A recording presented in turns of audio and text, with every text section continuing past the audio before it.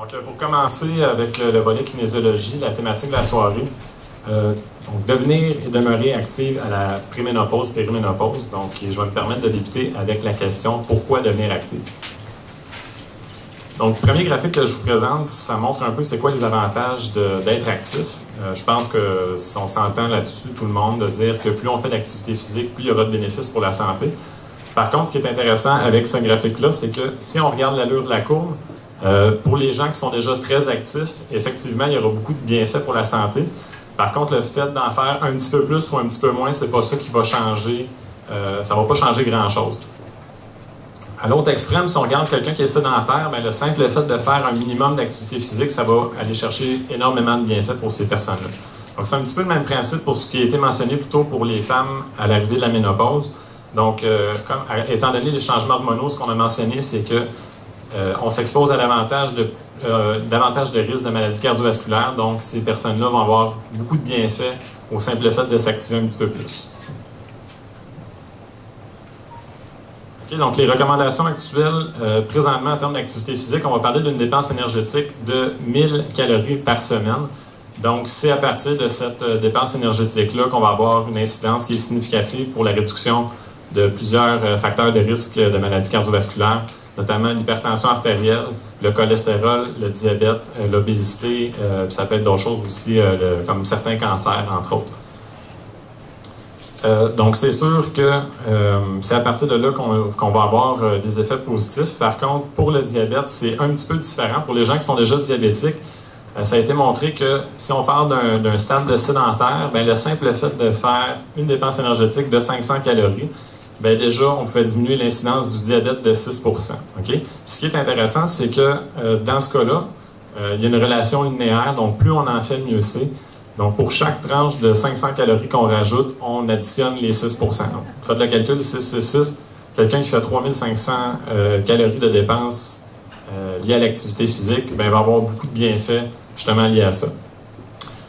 Bon, je me rends compte que c'est un graphique qu'on a vu un petit peu plus tôt, si vous vous en rappelez.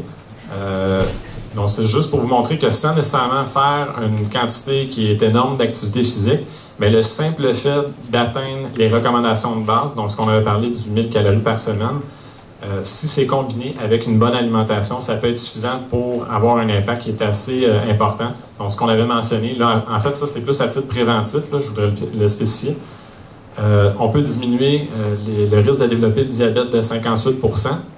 Et je fais juste soulever le point encore une fois que si on compare le mode de vie, donc d'avoir des bonnes habitudes de vie, comparativement aux médicaments, la metformine, ben, ce qui est intéressant, c'est de voir que les habitudes de vie vont surclasser les médicaments. Okay? Donc, c'est à prendre en considération.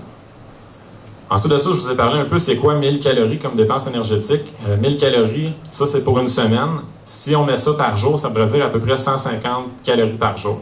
Donc, 150 calories par jour, on sait à peu près c'est quoi en termes d'alimentation, quand vous regardez l'étiquetage sur la nourriture. Par exemple, ça peut être à peu près une canette de liqueur ou peut-être un demi-sac de chips. En activité physique, c'est autre chose. Okay? C'est un petit peu différent, ça va varier en fonction de l'activité qu'on va choisir, de l'intensité et de la durée. Donc, par exemple, pour atteindre 150 calories par jour, il faudrait faire une petite marche de promenade de 50 minutes. Okay? Donc, ça, c'est basse intensité, ça prend un petit peu plus de temps. Donc, si on appuie sur l'accélérateur, on dépense un peu plus de carburant en faisant ça. Bien, pour une marche rapide, ça va prendre seulement 30 minutes pour atteindre la même dépense énergétique. Donc, c'est tout simplement pour vous montrer qu'on peut varier un peu ce qu'on peut faire comme activité. Ça peut être de combiner ces éléments-là, mais idéalement d'atteindre le 150 calories qui est proposé pour les recommandations. On a aussi parlé que l'obésité, ça pouvait engendrer plusieurs complications avec l'arrivée de la ménopause. Donc, moi, je veux vous parler d'une étude qui ont sorti, c'est quoi les différents déterminants du gain de poids pour les femmes âgées entre 45 et 55 ans. Donc, ce qui a été retenu, il y avait la baisse de l'activité physique, tant en termes de quantité que d'intensité, une mauvaise alimentation, il y avait l'arrivée de la péri de la post-ménopause, il y avait le temps qu'on allait passer en position assise et le fait d'arrêter de fumer aussi. Donc, ce qu'on s'est rendu compte, c'est qu'indépendamment des autres facteurs, l'arrivée de la péri de la post-ménopause, juste ça, ça pouvait causer, comme on l'a mentionné plus tôt, un débalancement, en fait plutôt un gain de poids de 2,5 à 5 kg sur une période de 5 ans. Okay? Encore une fois, sur une période de 5 ans, c'est quand même 6 à 12 livres, c'est pas négligeable. Par contre, si on regarde ça à court terme, c'est simplement un débalancement énergétique par jour de 10 à 20 calories. Okay? Donc 10 à 20 calories en activité physique, ça équivaut à monter 1 à 2 escaliers, 1 à 2 étages à un escalier à pied par jour, donc c'est pas grand-chose à faire. Donc, ce que les auteurs de l'étude ont suggéré, c'est qu'une stratégie efficace pour prévenir ce gain de poids-là, ce serait de créer un déficit avec l'activité physique, donc une dépense de 50 à 100 calories. Donc, même ça, c'est plus que le 10 à 20. Okay? Ça comble largement le 10 à 20, mais c'est pas énorme. Ça accote même pas les recommandations de 150 calories que je vous ai mentionné plus tôt. Donc, pas que je prône un minimum en termes d'activité physique, mais c'est simplement pour vous dire que de faire des petits changements, 10 à 20 calories, des petits changements à long terme, donc c'est plus à titre préventif, ça peut avoir un effet qui est assez important.